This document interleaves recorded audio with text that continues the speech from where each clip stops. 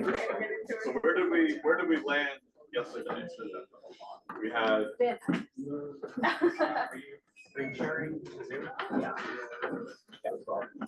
confirmation. So yesterday we landed on, we removed all of the artifacts from the detectors that were caused by the detectors. They're all gone. We didn't see any of those ever in. We removed backgrounds, so now we have all of that sky brightness gone. We have an image, but we haven't yet done any measurement. We still want to get to measuring the objects on that image. But before we can get to actually measuring them, we need to find them. And that's what source detection is. So I guess in this talk, I'm basically going to walk through sort of the next stages where we have background subtracted images.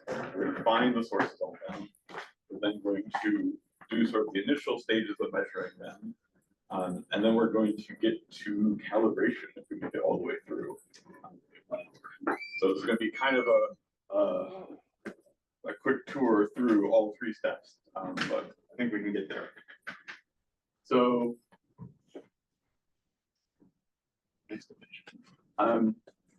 okay, so intuitively, like I look at this and I say, okay, I know what all the objects are. That's easy. What's the challenge here? Right, some of these are they're just I can see them clearly. Some of them are kind of on the edge. Like maybe there's a thing there, maybe there is not a thing there. I kind of have a little less confidence in it. So what do you think? What do we do about these less?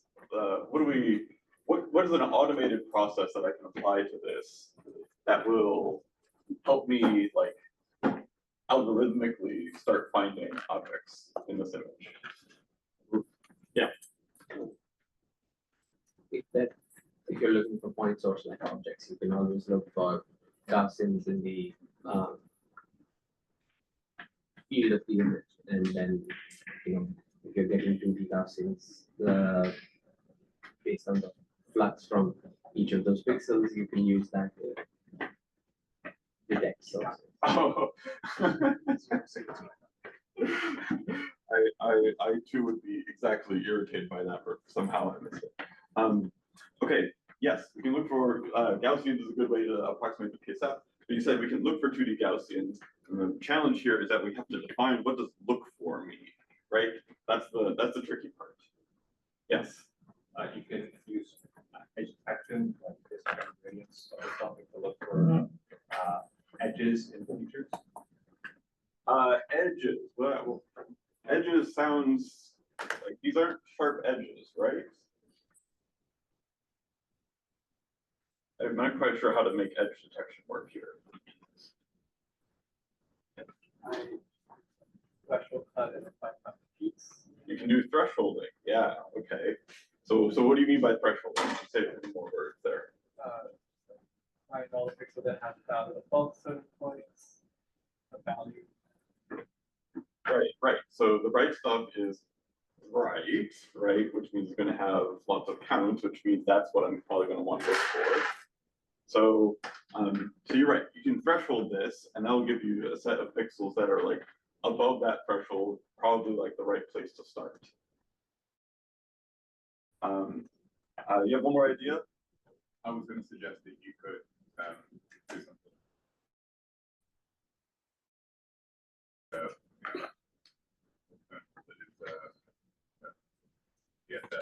Something like that. Excellent. Okay, you're writing my slides for me, so we're going onwards with these answers. So no cursor work. Okay, so in all of this, we need a method which is basically automated. Rubin's observing 1,000 images a night, and we need something that's statistically justified. And so there are a lot of things that we could do that would sort of like get us to the right territory. But we really want to make sure that we're like doing something we can like write down and say like this is like scientifically an objective criteria for detecting objects. So yes, thresholding, exactly right. The question there really is like what sets the threshold? So we see there's some objects that are just so bright that they're obvious, but those faint question marks, like, are they really sources or are they just some sort of noise fluctuation? That's really a little bit more of a tricky question, and statistically justified. We need to sort of write down the math that says what that threshold is. And so, sort of by convention, we say that we detect at a 5 sigma threshold. We want to set the threshold such that given a certain level of noise in the image, we think that there's a certain significance of this detection that, I mean, just another way of rephrasing what 5 sigma means is that if we looked at 3.5 million instances of this, we would get one false positive. We'd get one thing that looked like it was 5 sigma significant, even though it was just pure noise. This sounds great if you're processing like a handful of images that you took by hand over the course of the night. But again, thinking about Rubin scale, we're taking 1,000 images, each of 189 detectors. So 1 in 3.5 million it sounds rare, but it's actually really common when you have that many pixels. Because think of it, when you think about this 4K by 4K area, like any position within that image could have the right combination of noise fluctuations to look like a false positive. And so that makes 3.5 million turn into not as big as it sounds. And so basically there's a trade-off here in this threshold between letting more contamination in by setting the threshold lower versus missing something that's actually really astrophysical and interesting that happens to be at like 5.1 sigma significance that you would have missed if you had thresholded somewhere higher. So okay, and we're already headed towards yeah, you're already leading me in the direction I was going. We also have this question of like, okay, here's a fluctuation in the noise that's going to happen somewhere in the image. I'm going to get one pixel that just has way more counts just from Gaussian random noise. Here's a different distribution of pixels. Which one of these do we feel look like, which one seems more like a star? The one that has the broadening that you expect from the PSF, not the one that's just a single pixel. So that's additional information that we want to take into account when we're detecting objects. We know like from intuition that this isn't the same level of significance. It's not the same level of likeliness to be a star as the one that actually is broadened in the way that a star is broadened in the image.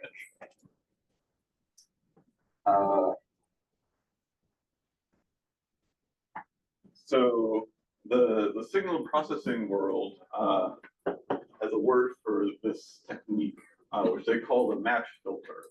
And this is the convolution that you were talking about, where they, like signal processing, they have like the shape of a signal.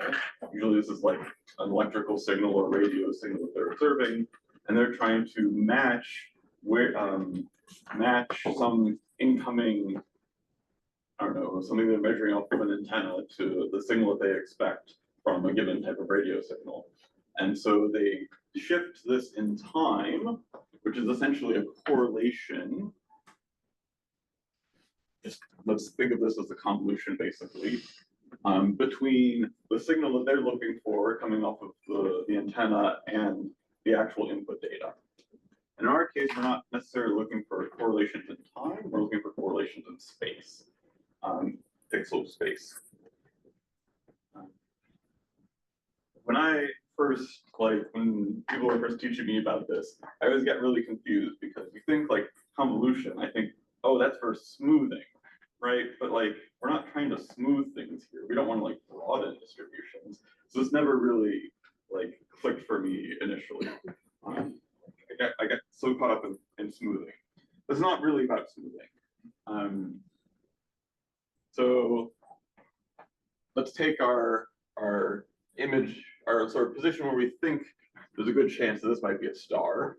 And this red distribution here is my Gaussian model for what the PSF looks like. And the convolution process means that I'm going to take my model and I'm essentially going to shift it all the way across in pixel space. And for each shift, I'm going to multiply this function by the blue function. And the product of that, of those two functions, is the correlation. And so if I ask, okay, what's the likelihood of there being a star here? I multiply the red function by the blue function. There's not really any, like, there's no, we're going to get a small number here, right? Like, this noise is all basically centered around 0 because I've done background subtraction. So multiplying it by a Gaussian doesn't really give me any significant values. Okay, we're convolving, and so my red model is moving. I'm going to now measure what's the likelihood of this being a detection, where I'm like starting to approach the kind of interesting pixels here. But the product of these two functions is still kind of small, right? Like multiply the blue by the red, and okay, there's some significance here, but like multiply this by this, and I still get 0. So I'm still, like, I'm getting the wings of the star, but I'm not actually getting the peak value. But then eventually, like, I'm convolving, so I'm going to eventually line up my kernel with the detection, with the source of the image. And now this is basically going to maximize the product of these two functions. And so that's why, like, the correlation here is not, it's not about like smoothing. It's about finding what location for the matching kernel creates the maximum value. And if I am clever about normalizing all of this, I can turn that value that I get out of this correlation into a statistical significance under the assumption of Gaussian noise in the background. I'm not going to go into the math of proving that you can actually get a 5 sigma threshold, but it does work out. And so the most significant thing here is that now whatever that peak value is, where that model and the data were really maximized, that like 1 pixel above 5 sigma is now statistically significant. So I've turned this sort of complicated distribution where significance is related to the shape of the objects into a simpler model, into a simpler image where all I need to do is find any pixel above 5 sigma, and that is already like good enough for me to start doing photometry on it. So in Rubin land, we call these peaks because they're sort of the entry point to doing measurements. But we haven't yet figured out exactly the position. The position is still sort of only good to plus or minus a pixel or so. So there's still some details about figuring out the exact center, which is what Alex is going to talk about later today. I don't know who was first. Okay, I'm getting science from back. This might be getting ahead a little bit, but if you have a source that is extended, Yes. not a point source, Yes. can this concept be like expanded to include those things? You could, for basically practical reasons. In reality, we don't. Part of the problem is that like all stars look the same.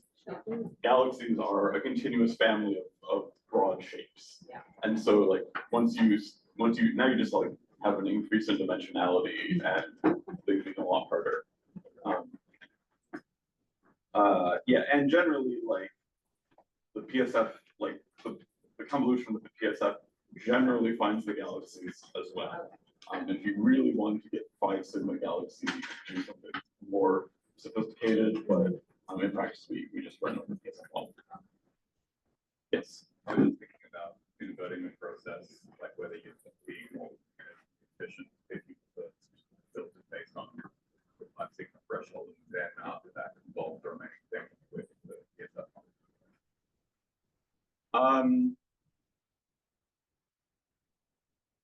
You you don't know the 5 sigma threshold until you've done the convolution. Please don't commute. Yeah, I think that's where point is, like they don't end up being different thresholds.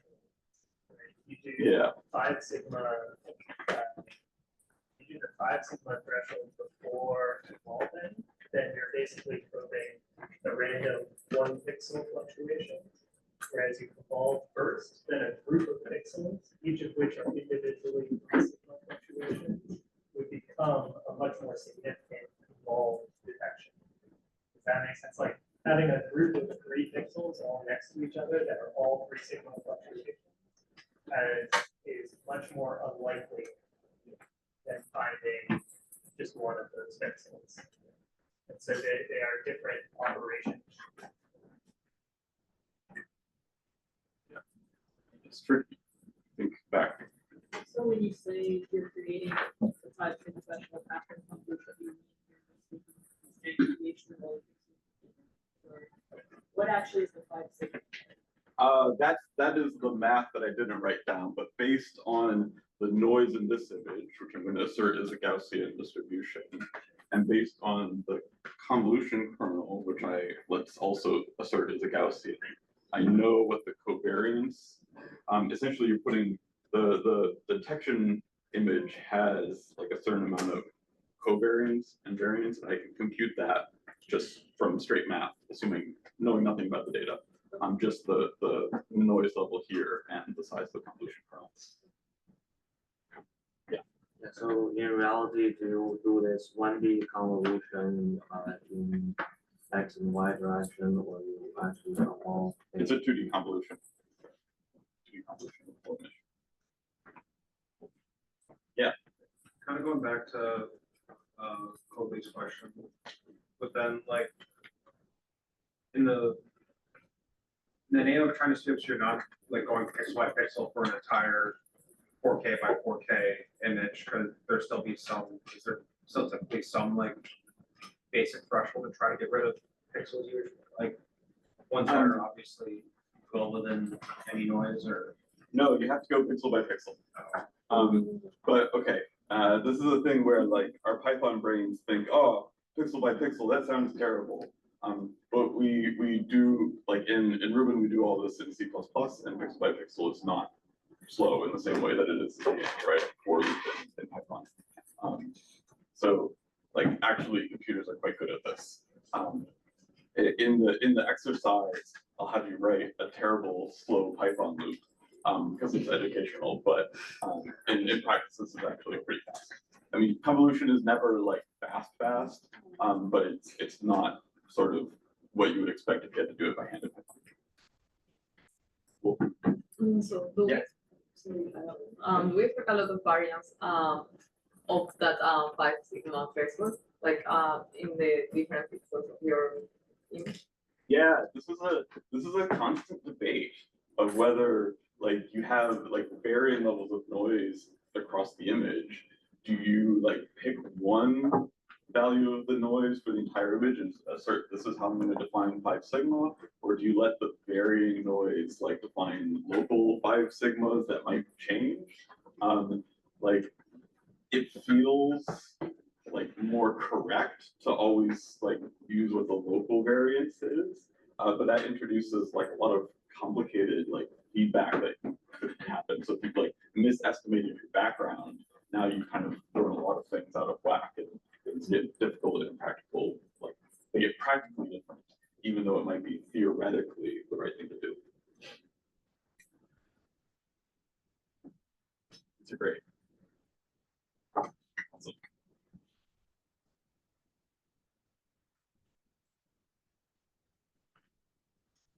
Okay, that was where I was going to leave detection. So now we have a set of peaks. In the afternoon, Alex will show us how to get exact centers for those peaks. At the moment, we're just going to proceed onward saying, okay, I know where some things are in the image. Now I need to go actually measure them.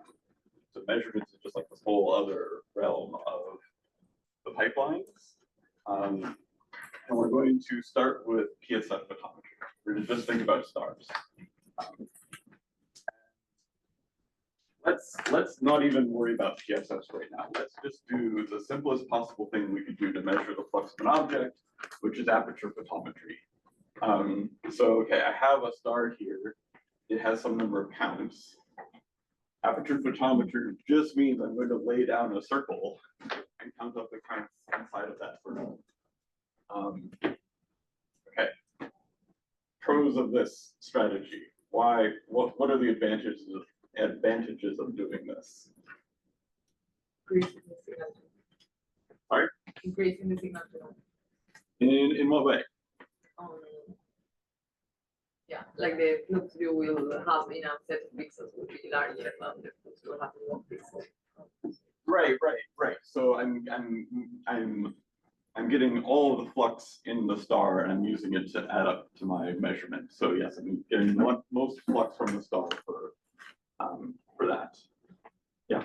Sounds like it's probably the most straightforward to like use code or understand. It's most straightforward to intuitively understand. Agreed. Yeah. Also, because we're looking for point source detection, it has I guess, a uniform measurement of flux and noise in the aperture. Yeah. If I lay down apertures all across the image, like I'm doing basically the same thing everywhere. So yeah, you're right. I get a sort of uniformity there. I'll tell you a little bit more about why that might be interesting. Yeah. I'm not sure if this is related to what you were talking about yesterday regarding this kind of thing rings around galaxies or sources that have like a radius decreasing brightness profile. That if you choose the wrong radius for your aperture photometry, you might actually be tracking the galaxy rather than just background work. I have to think about that a little bit. I think you're on to one of the cons of this. Okay, so yeah, so okay, let me ignore galaxies for the moment. Galaxies are complicated. I'm thinking about stars. And you see there's flux kind of out on the outskirts here, right? Is there flux out beyond the aperture? I mean, it sort of depends where I put the aperture, but conceptually, yes. Like stars have these like broad profiles, and if I put the aperture way out, or if I like bring the aperture in too close, then I'm going to be missing some of the flux that falls outside of the aperture. Other cons. Yeah. So I think the signal to noise would be different. So if this is a bright star, then you have pretty high signal to noise pretty much everywhere in the aperture. But if you move it up to the fainter star, Right. signal to noise gets only centered in the very central area.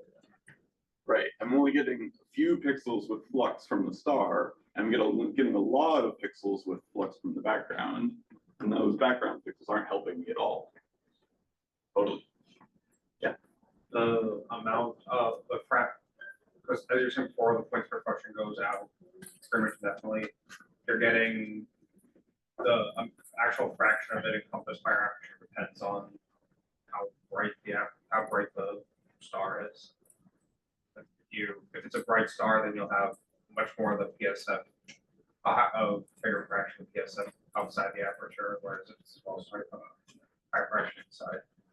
And I would say consistency is That's almost there. Okay.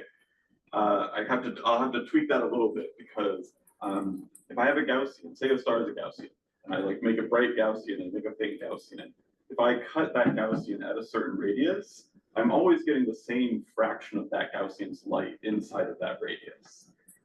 It doesn't feel like that because, oh, this star is big and that star is small. That's just because the radius at which the signal becomes much greater than the noise is effectively bigger, but fractionally it's the same. So if I were to, like, say I drew the ring here and there was a few, like 5% of the flux outside, there would still be 5% out of flux outside of this faint star. It's just that it's way below the noise, so we don't see it. So in practice, aperture photometry doesn't matter, like it's not changing as a function of how bright the star is. But what if I do this photometry on this one great seeing night and all my stars are nice little 0.5 arc second peaks, and then I go try and compare it to the photometry I did the next night where I had terrible conditions and all my stars are these 1.5 arc second big broad things. Am I getting the same fraction again now? Totally not. So aperture photometry has this dependence on the PSF from image to image, which makes it like really kind of a challenge. So, okay, so like aperture photometry works, but again, let's go back to the point that we need to understand the statistical basis, and we know this can't be optimal because we're not using the full amount of information that we know about what stars and galaxies look like. We're dependent on the PSF being the same all the time if we want to compare measurements. And we're including all these pixels that might have just noise and not really any signal. So, okay, I'm gonna have to do some actual math here.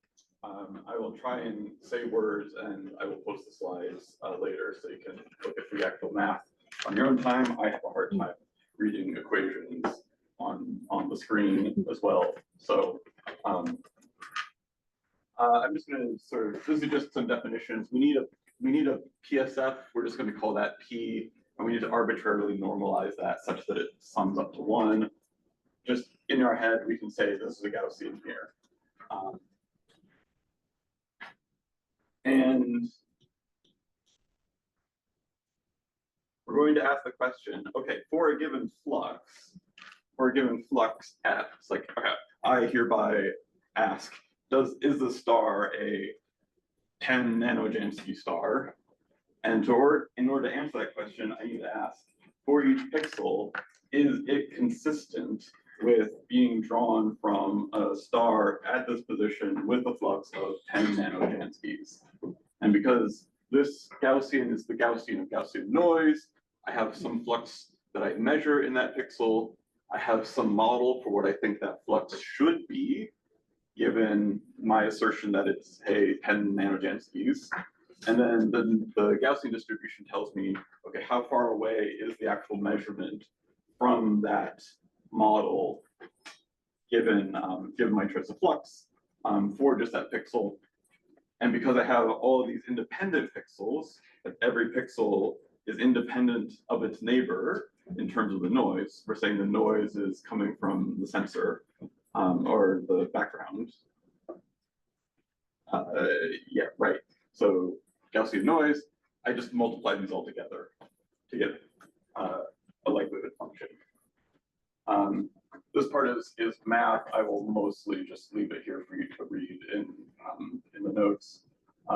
We switch into log likelihood, and basically we're going to ask we're just going to maximize this function. So the flux in our model is the unknown that we're trying to solve for, and so we're going to find where does this likelihood function turn over? Where does its derivative go to 0 as a function of flux?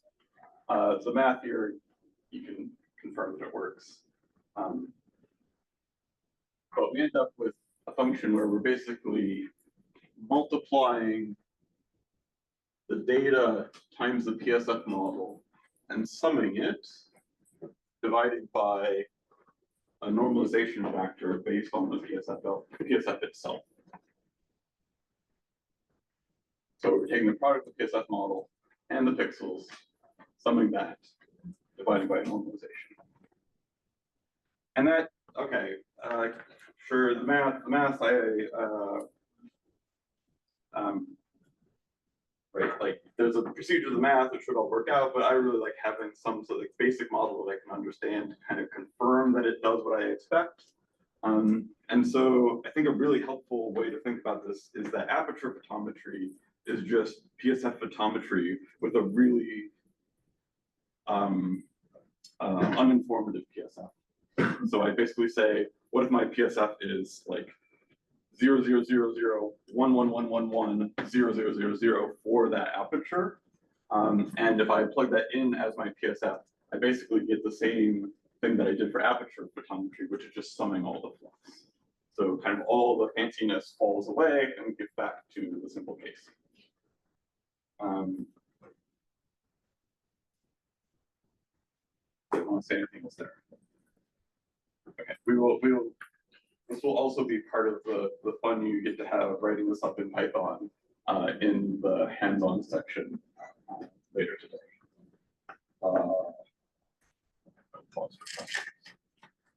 Yes. It's really the pixel noise between, is the pixel noise unrelated? What, like, In single visits, yes. among neighbors? But I get that if there is, for example, an electronic issue, it may affect to a set of pixels and not necessarily one, right? Yeah, so there could be. You're right, that is exactly the flavor of problem which would make this statement not true. And if we did have electronic problems that were causing correlations in the noise, then like that would be bad news. In practice, the electronic effects don't really do that. They kind of either like mess things up entirely or the pixel is okay. And so the noise is still basically uncorrelated for single visits. When we get into coads, now we're in a different territory where correlations do start to matter. And it's harder to deal with. Yeah. So I'm not sure if this is right, but you know, if we're sort of also when we fit in the PSF model. Oh, sorry, are we going to be fitting the PSF model? Good catch. I just kind of asserted that the PSF model comes from somewhere. I did not talk about how we get the PSF model. I'm sorry, I'm just going to have to skip how we determine the PSF model because I don't have time to cover it, and because it's basically a fitting problem. You have a bunch of stars, and you need to fit some sort of model to it. So we will take that as we ran the PSF determination code. It fit us a PSF, and now we have that to use for our photometry. Yes.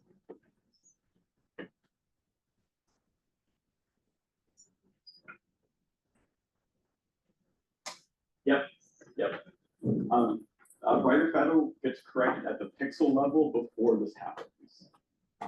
So there's some complicated algorithms that try to like move around the flux like pixel by pixel to undo the effects that were caused in the sensor. And we just have to assert that that has already been done and completed.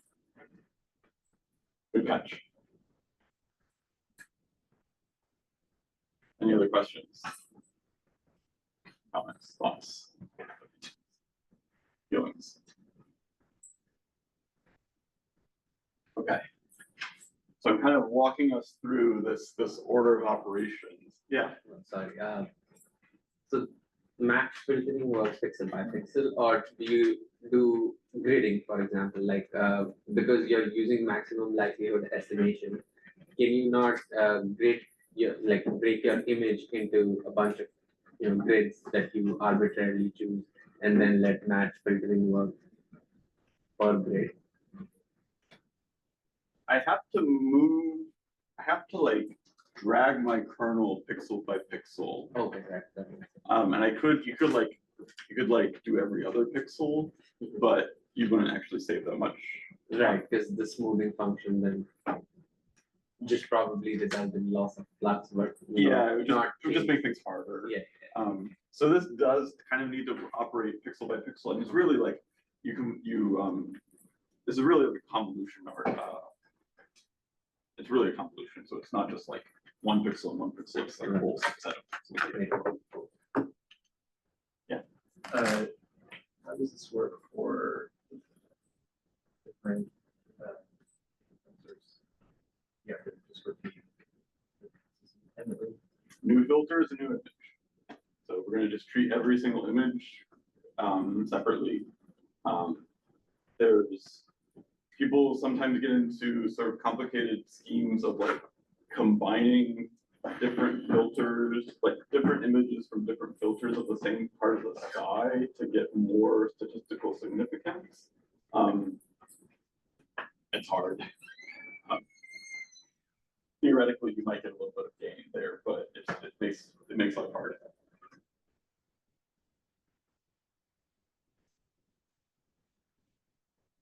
Okay.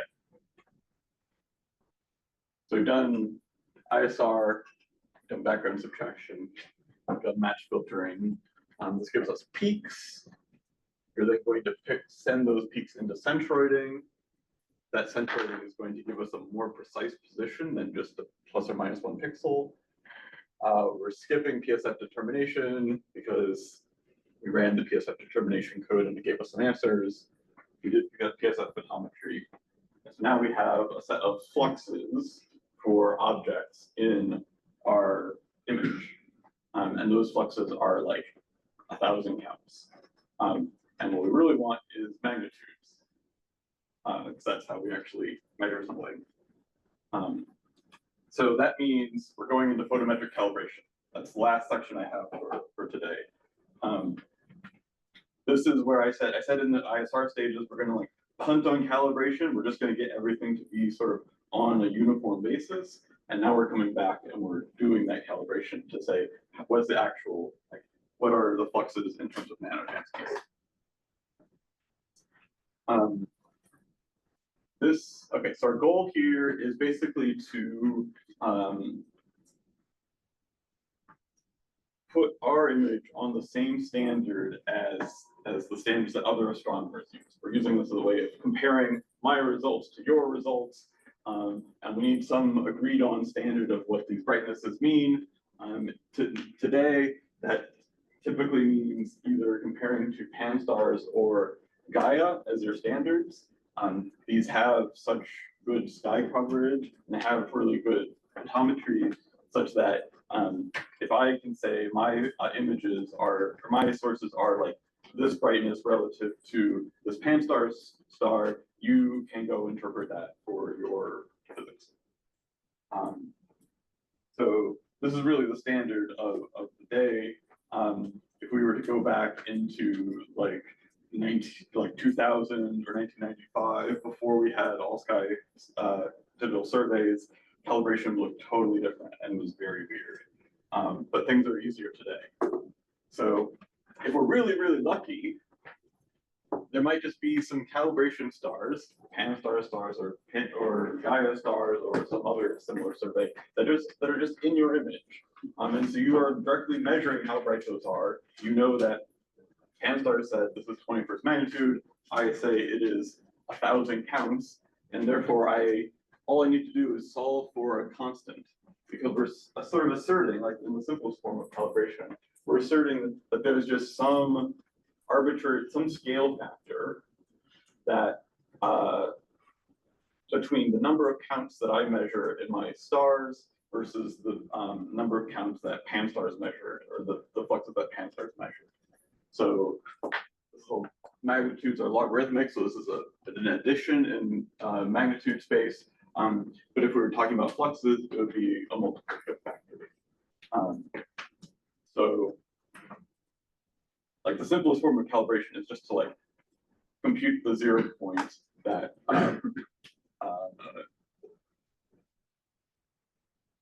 that makes my stars look like pan-star stars. This all works because of the linearity of CCDs. If CCDs were not linear, things would be a lot harder. So okay, that's sort of the simplest version, the happy case. But because we're thinking about large surveys here, let's go a little bit deeper and think about, well, what did pan-stars do? Like, how did pan-stars calibrate their survey? What magic did they have to make their system usable in this way? Pan-stars was before Gaia, so they couldn't refer to Gaia. And okay, and what is Rubin going to do?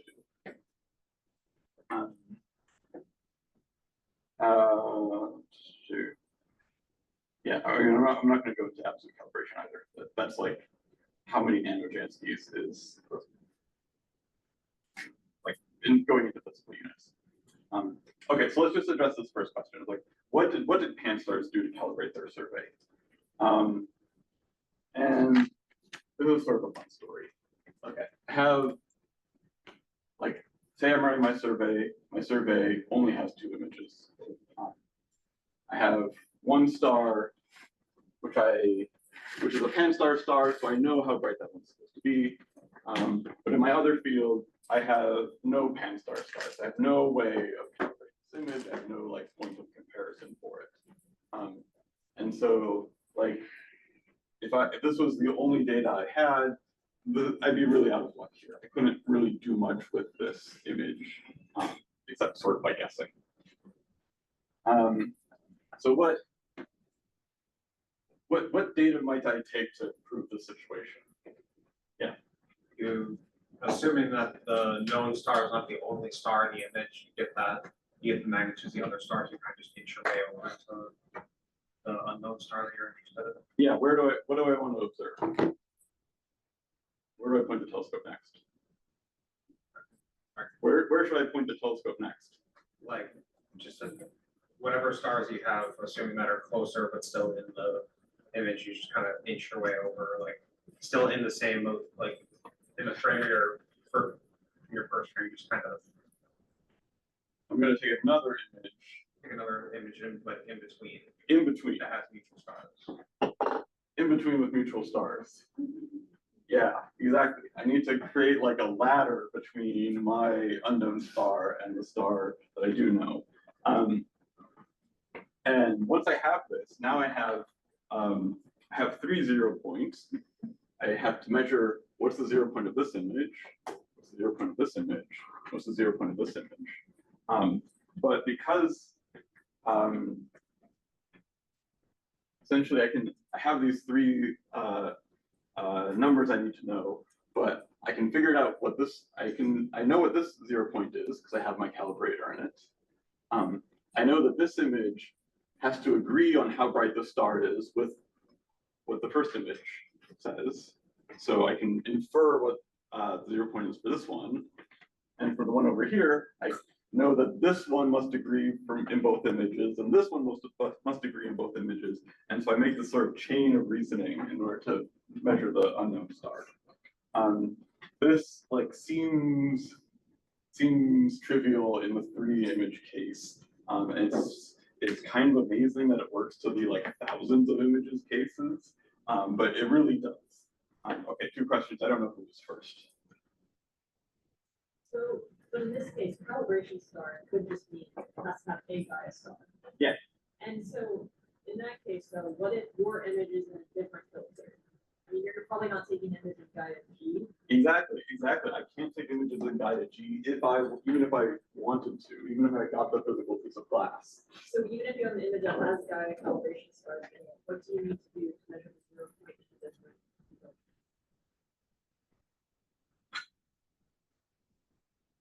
I'm trying. Sorry, I need to think if I want to answer this now, or if I want to let's save this for a second.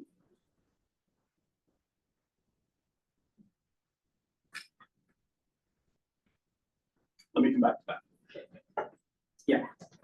Have there been known instances of these doing this, like centering across and then, oh crap, that star we were calibrating was variable.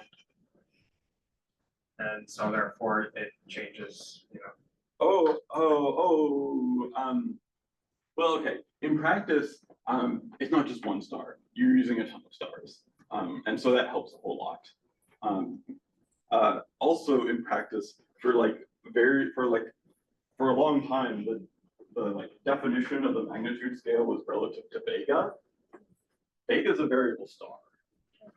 Wasn't really the best choice in hindsight. So, but yeah, that does happen. Yeah.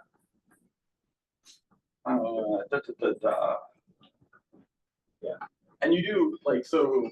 You're solving this to be self-consistent inside your survey. There's all sorts of interesting things that happen when you get another survey that tries to do their own self-consistency, and then you can compare the 2 different surveys.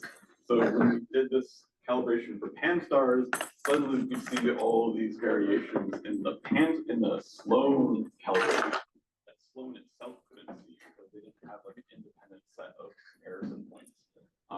And same thing happens with DES, and the same thing can happen with Rubin. So okay, I have a little time. I need to make one more point about this, which is going back to colors.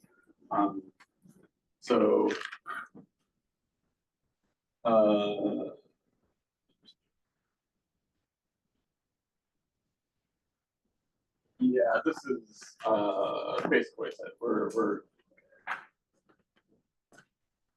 actually let me not show that yet. Any other questions about this sort of relative calibration process?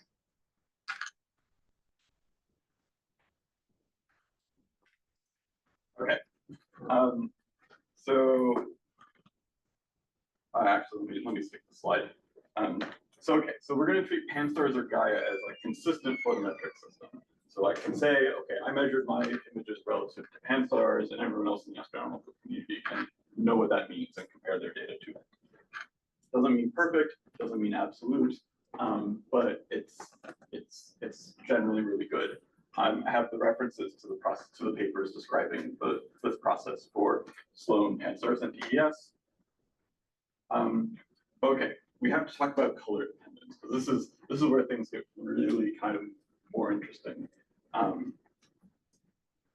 I just said like this magnitude and that magnitude, and we're kind of asserting that these are all the same filter, right?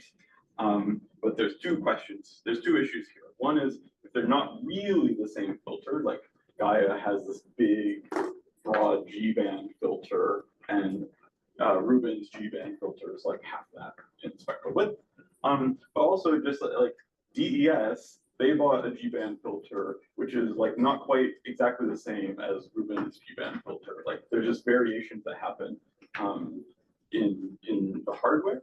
And as we'll get to in a minute, there's also variations that happen in the atmosphere that matter for this. And so you think, okay, why does it matter, these little tiny variations in the filter pass bands? So let's just imagine I have my filter, this orange curve here, and somebody else bought the same filter, but it was from a different vendor, and so it's a little bit different for whatever reason.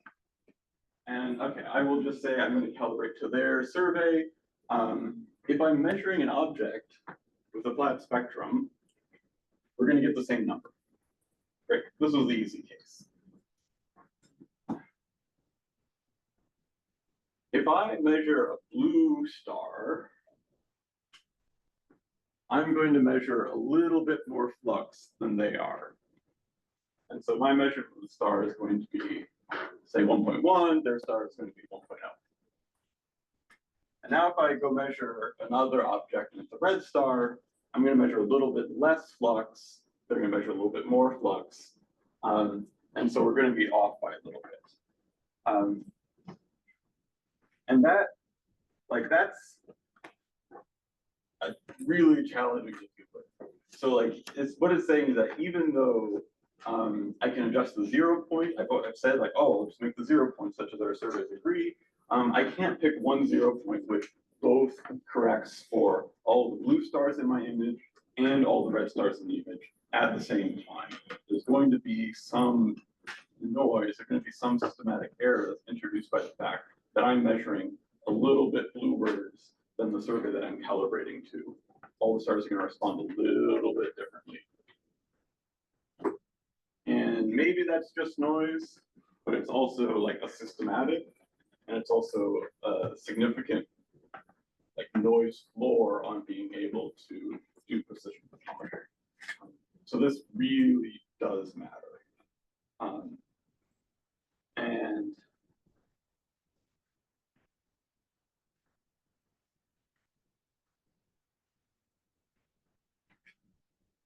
what's worse, actually, let me pause the questions here.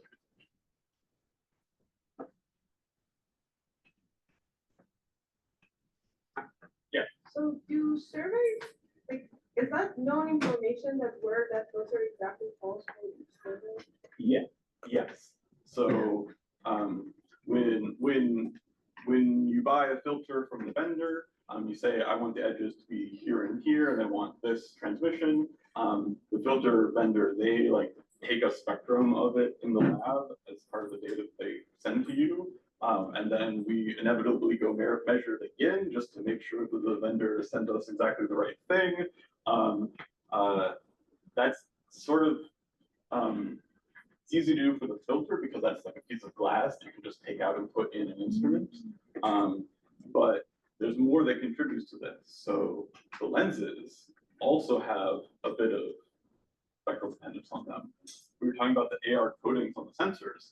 Those also have a bunch of spectral dependence on them. There's more contributors to subtle shifts in the wavelength response than just the filter itself, even though it kind of like draws the simple version where it's just the filter. Good point. Other questions? This is the first time I'm hearing about like coding impacting like spectral dependence. So when you're thinking about like really faint object, not just necessarily from Rubin, but say for something like web, where you're taking deep exposures, how do you effectively model something like that? How do I model what? The spectral of things that are not filtered. They all have their like, regardless of what the source is, it's still a like transmission as a function of wavelength.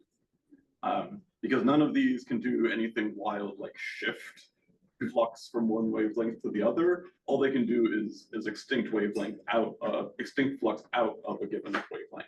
So sensors, optics, filters, they all sort of do the same thing in terms of extincting light as a function of wavelength.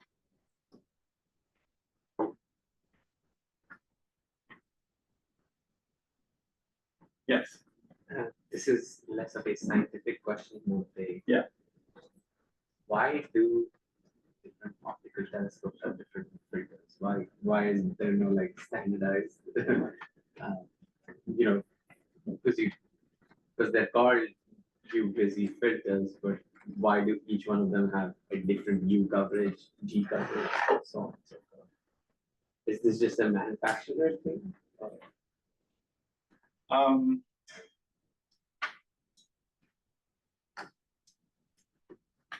Okay, I'll give you sort of two different answers to this. One is that, okay, here's a good, okay.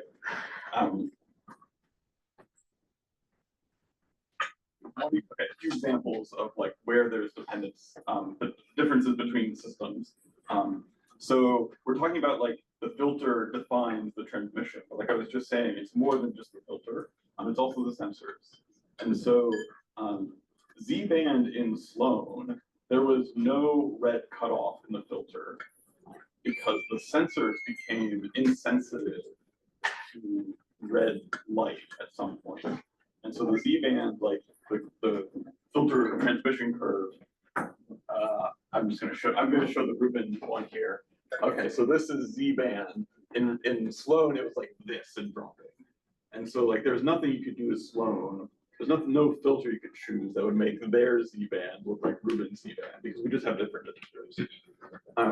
Same is also kind of true in the U-band, where you're really limited by the AR coatings. So there's nothing I can do that will really make my U-band look exactly identical to somebody else's U-band with totally different sensors. Okay, I'm going to use this as a segue to, it's not just the filters that matter. It's not just the glass. It's the atmosphere. So this is a picture, a spectrum of a model atmosphere. I'm showing you the transmission. So the thick line is the transmission through this model. And you see over the U-band, we're starting to lose transmission. We have all these lines, these absorption lines in the atmosphere, which are going to come take a chunk of light out of the I-band. And so all these things I was saying about what if my filter isn't exactly the same as somebody else's filter? Well, my filter isn't even the same night to night because this band is changing. This band is determined by the amount of O2 or O3, or I think these are, what do they call it? Water vapor or OA. Yeah, water vapor, like, these are all like weather, right? And weather is changing from night to night and changing exactly how much blue light gets through versus how much red light gets through, etc. So like this color challenge is a challenge even within one survey with the exactly same telescope, filters, sensors, everything. Okay, this is the hard part. Yeah. Are outside of like, wow, outside of like it just being super high, how much would like humidity actually change the depth of the? I'm assuming that's, you know, for some standard amount of humidity. It's not humidity per se. The quantity that they usually compare this to is precipitable water vapor, which is like the entire column of water from the ground all the way to the top of the atmosphere. Because if you have atmosphere, water like up there, it matters. Not just what matters, not just up by the observatory.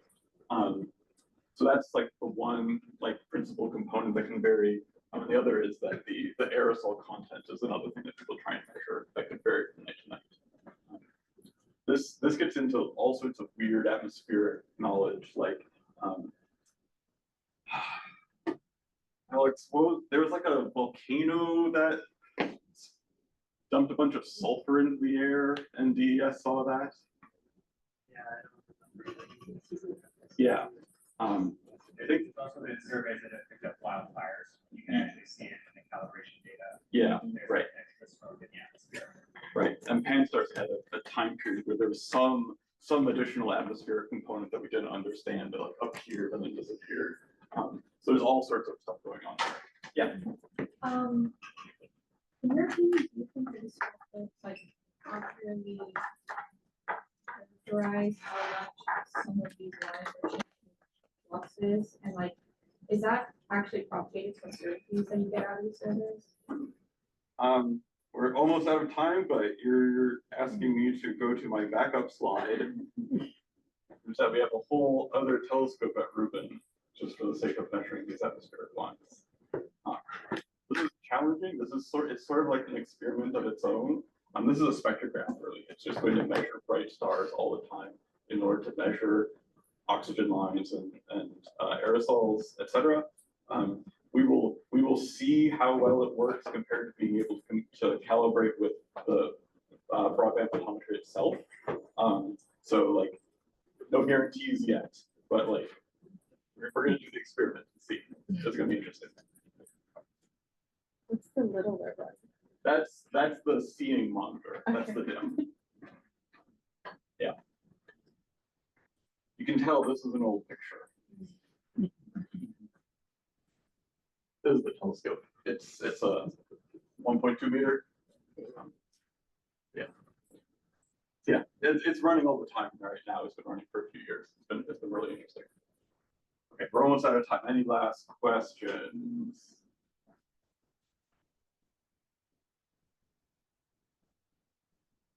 Yes. Did I answer yours? I think I must have answered yours. I don't know if I understand how to deal with the color. So what happens if you've taken an image in one filter and you can say, okay, I have 1,000 diastars, and my image is in like a narrow band filter, or like a U band filter. I only have guys that you.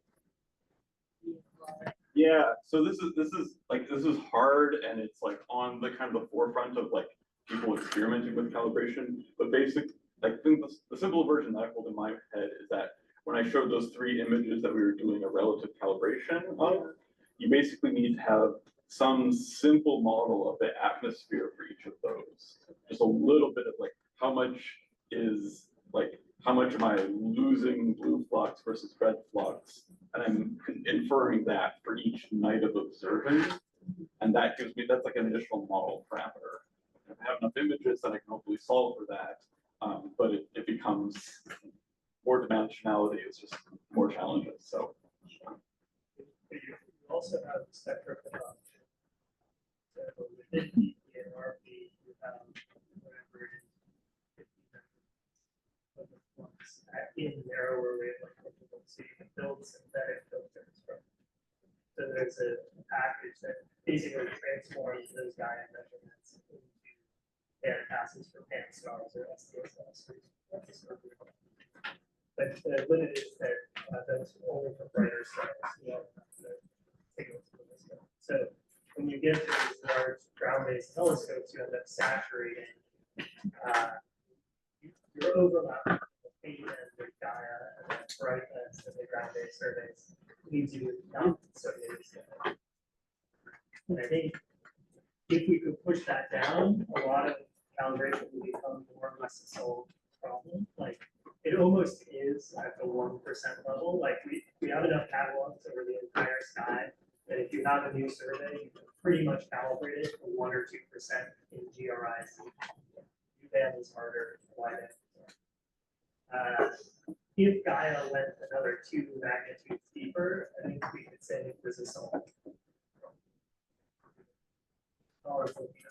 I'm just saying you can't make Gaia. There's no way to make Gaia do that. Right. But this is the first stage of the Rubin calibration. Like the quick calibration is just doing a match to these reference catalogs and saying this gets us to within a % or so. Without worrying about it. You can transform between the filters. So you have color transformation. Yeah. Yeah. Yeah. Oh, the monster. The guy at the party. I'll look it up. It's yeah. Okay, it's 11:33, and I believe we head here from here to lunch.